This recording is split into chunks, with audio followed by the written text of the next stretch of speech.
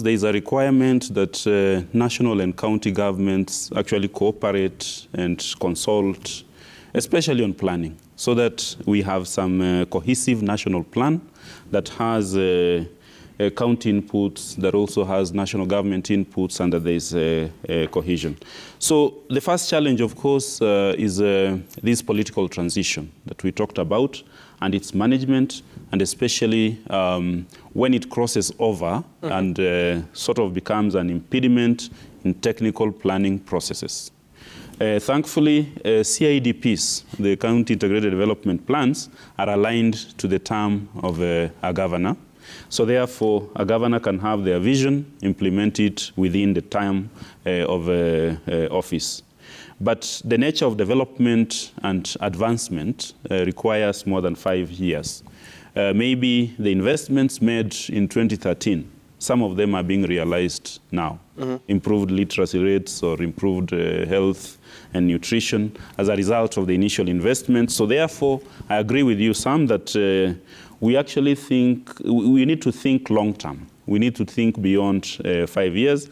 And this can only be achieved when there is not that interruption as a result of political transitions.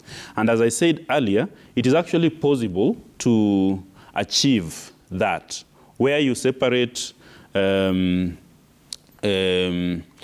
political promises, undertakings, and all that, and then a very technical process of understanding the constitutional mandate of county governments, the policy requirements, and here we are talking about national and all that.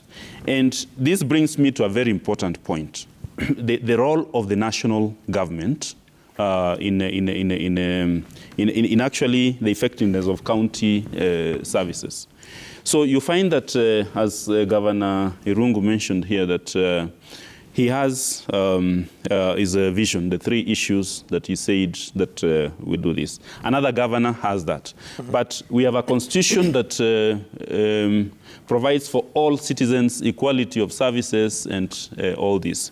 So if I may give an example, there is a World Bank report that came out in November 2021, which mentioned 2 counties, Turkana and Tharaka Nithi. And it actually said that while in Turkana there is, in the ECDE facilities, the teacher-to-pupil ratio is 1 to around 35, 38. In Tharaka Nithi County, it's 1 to 70. Yeah?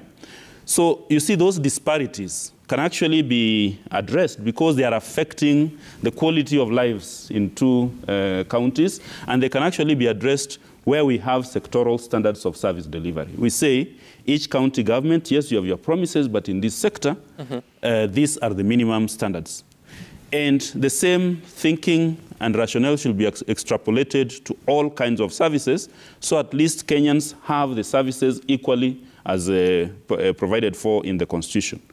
And for this to be addressed, there is an extensive review of laws and policies in the sector service delivery, as well as the laws harmonize and, more importantly, monitor and evaluate the performance nationally, sectorally, to see whether county governments are meeting national standards, which are developed in consultation with and in participation of county governments. Then we have that advancement. So I know it's a very ideal thing to talk about, but there's some practical ways in which such processes can be aligned. And once we do that, I think even the challenges of political transitions where development activities are disrupted because of change of government might be minimized because there is a clear vision at the national and county level on sectoral targets, advancements, and all these are informed by national frameworks.